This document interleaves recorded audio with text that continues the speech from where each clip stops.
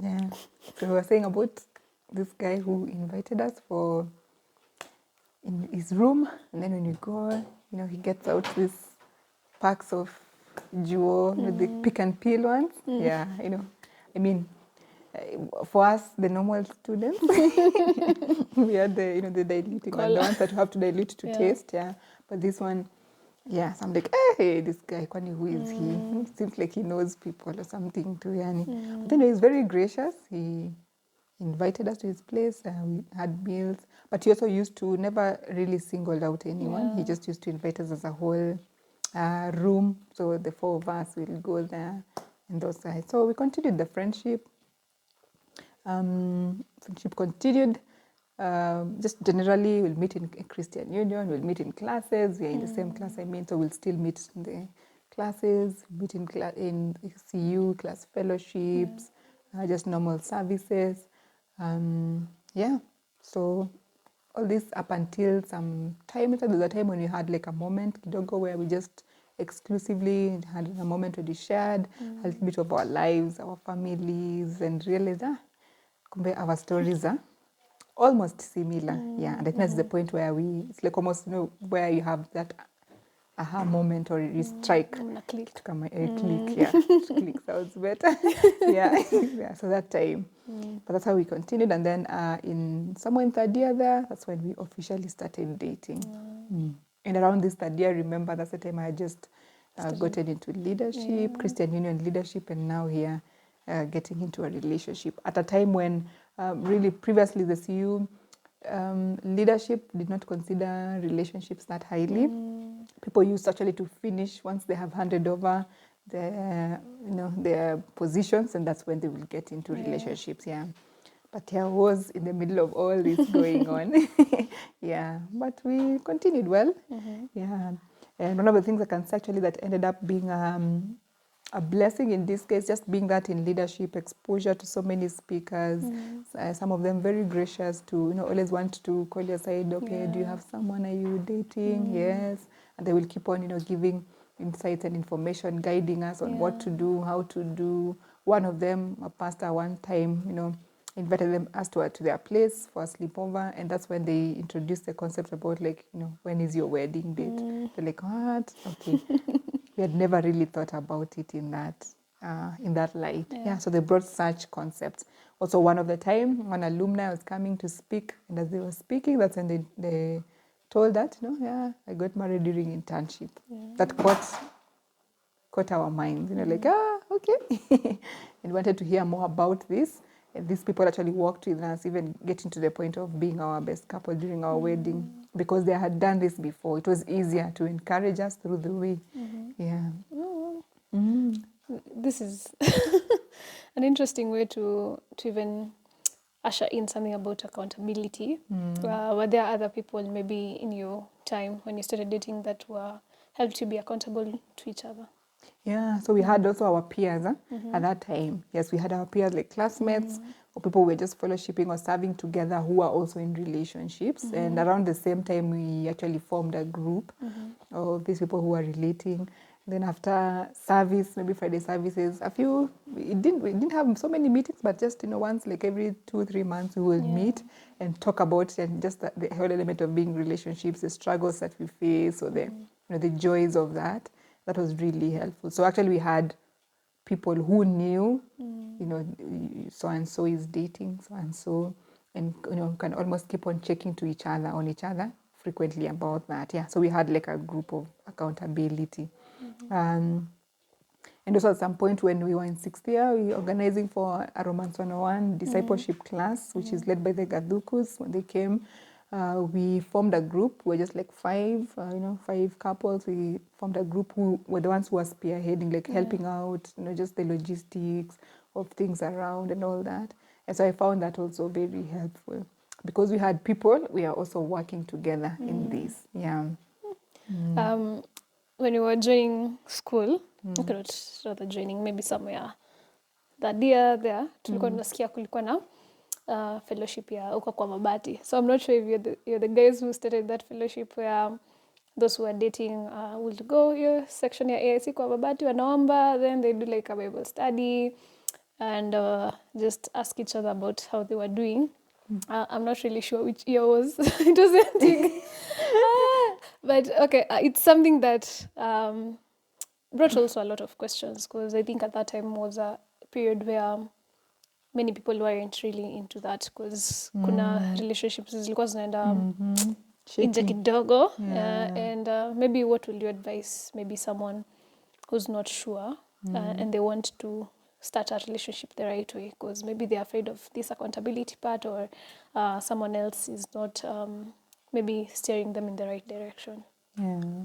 No, you've actually said about your story, like praying, and just reminded me that, you know, part of the things that we used to do those times were really praying about our relationships and really praying that, you know, God, we want to have a good story, especially from the Christian Union. Yeah, we don't want those stories where people say, we know you guys, you do this, and then where do you get to, you know, those kind of things. Yeah. And I can be sure, I can attest that those prayers worked, because all through, God guided us. We were able to get out of that. I mean, even those that ended up breaking, because I don't think that it's a bad thing to break up when you're dating, because it just means maybe there are things that can't work, you know, and it's better to end a relationship than, you know, ending a marriage. So I feel like it's a good thing, Pierre, that God brought to light. But God enabled us, Sana, because by the time when we were living, we had so many weddings. We got to have, you know, so many weddings to enjoy that, you know, especially with people who had just recently been, you know, we're not talking about like 10 years, we're here 10 years ago, but people who you knew, you've been seeing as students, you saw them dating, and now you're coming to their wedding. It felt like a culmination in victory, and we were really excited. So God answered those prayers. And so back to this question about, you know, someone maybe who just wants to know. I would say one of the things that really helped us, as I talked about the Romance 101, one of the topics that to me felt like a light bulb moment was when you're talking about, like, you know, by the time you're getting into a relationships, like, it's good to make sure that the things that are important to me, very important to me, also very important to you. That should form the basis. Because if what is very important to me is not very important to you, at some point, then it will become the bone of contention. And so I'd like to tell first, for those who are thinking about getting into a relationship, can we do that vetting? Can we just be thorough? At least try from that knowledge of, you know, what is this that is very important to you? What is very important to me? Do they align? And one of the things that we're talking about actually is like, it's faith, you know, our faith, it's crucial. I mean, sometimes we are told about it when we are students. We feel like maybe these older people just really don't know what they're talking about. But in reality, I can say even now, a few years out and here in the world, these things are true. It's a reality, you know. Like people end up separating, people end up, you know, breaking homes just because there was something that, you know, whether you say it out loud or you don't say it, but these things seem like to be not the most of a priority to you as it was to me. So just that bit, having to align that, then it's good to reach out to people. I think someone who was saying, you know, why suffer? And yet there are people who have gone through these things, you know, ahead. The way you can say the medical field, we have people who are consultants. Why would you want, for example, you're a student or a medical officer who has not specialized, why do you want to suffer so much trying to treat something which is someone who has studied that knows so well? When they get to see it in 5 minutes, they are done. And the same way even in life, there are people who have gone ahead, people who have experienced, and people who have thrived and you know, have emerged victorious. So why suffer as a student in relationships? And yet you're not unique. You know, there's definitely all of these people who are married. There was one time when they were dating. There was one time they faced those issues. So why not reach out? I think it's easier to do that. And I think one of the things that is so special and unique to our Christian Union is the accessibility and availability of our alumni. You know, maybe unlike any other universities, people go practice elsewhere. But here, right there, the hospital where you're training, that's where you actually meet some of them. So it's actually good to just reach out. Reach out and have a chat about it. Ask those questions. Request someone, because you know the issue is it's not the mentor who reaches out to the mentee. It's not that someone will come at it's me. I'm walking here, then I'm like, Diana, can I walk with you? No, it has to be the other way around. Like it's you who has to ask, can you walk with me? Yeah, because it means you're willing and therefore able to open up. That will be really helpful.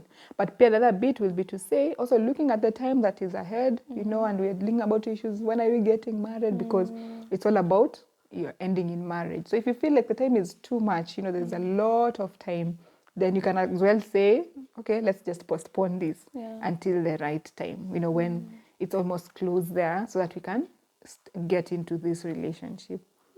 Wow. Yeah. Thank you for that.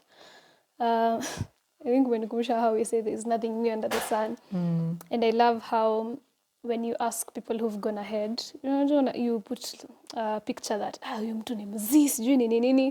Then when you get to converse with them, you're like, kumbe they're just human. Like we are, they've gone through the same things and they can guide you, which is a beautiful process. Maybe you can tell us now after your 6th year, what you and, should I call him your fiancé now? Indeed. At that point. Yeah.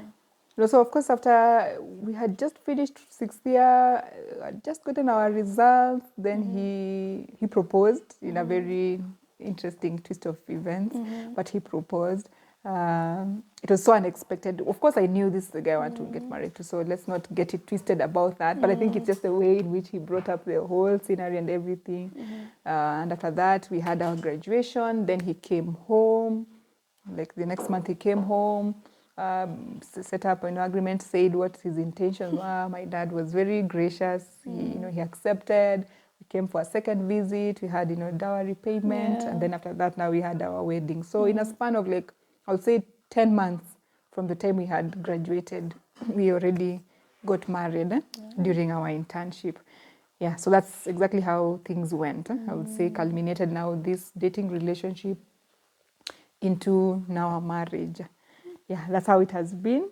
I think one of the things I wanted to just add in addition to, when you're saying when we had groups of people we were working with before, that even after, so graciously, a few years down the line after we had gotten married, we formed us a group of people, mostly just from the Moi University CHS, Christian Union.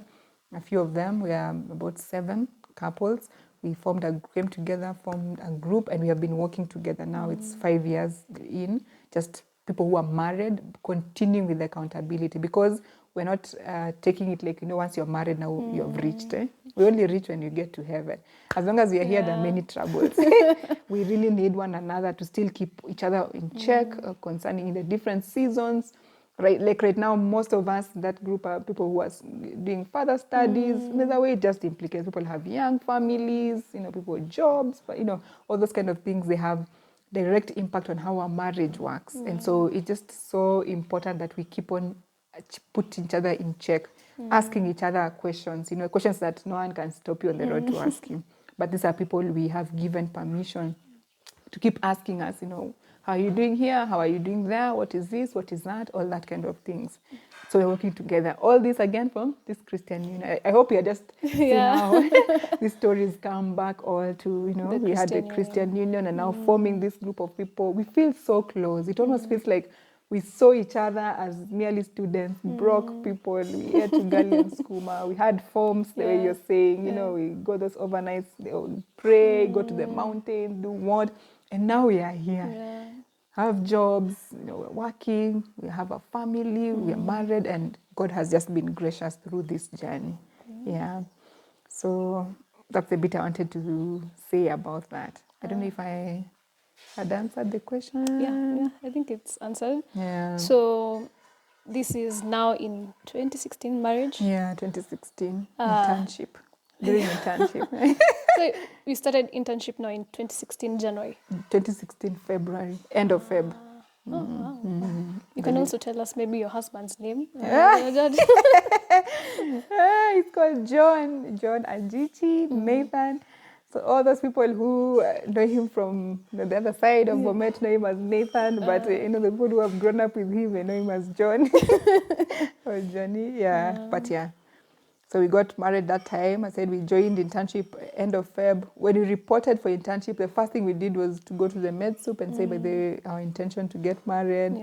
Very gracious. The hospital was very gracious. Like, that's nice. Okay, so how long do you want to break? You just take your break, but of course you'll pay it back. And you're like, that's really nice. And they were really helpful. during internship, they used to we were in different rotations, but they will put our calls like the same day so that we'll have off days also the same time. And that was really helpful because we had a lot of journeys to make in preparations and all that. So anytime we have our off, we have to run somewhere, maybe come for the premarital classes because they had to be done in Eldoret. I don't know why that time it was not online, but you had to come to Eldoret. But need to buy this, you have to go to Nairobi, pick the gowns, whatever needs to be done that time. Then by October, we actually got married. So it felt like a very nice and smooth transition also, despite the heaviness of internship, because this is completely a new area now. You know, it's like training now, real time training. Wachana na yash huku. Huku everyone can excuse whatever you say. You can actually be saying the wrong treatment, wrong. Now here you're doing it. Unajua kuna mtu labda nasikiza anaandika notes. Anataka kujua which hospital you were in internship, labda kuna classmate anataka waende wang'ang'ane pia pamoja. It was Tenwek Hospital. It was our first time to go there. I remember it was something even prior to that we had to pray about it. I mean, there were others that looked very catchy and were reconsidering and thinking, but we said, let's just go with this, and really turned out for good because they were very supportive. I'm grateful for that bit. Being supportive on issues about family and marriage. They're pro-it, I would say that, because it's a Christian hospital.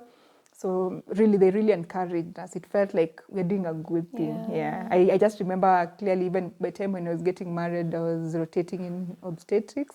And just that, my last day, just before now going for the wedding, the consultant there, just during, we normally have like chai time, the tea break.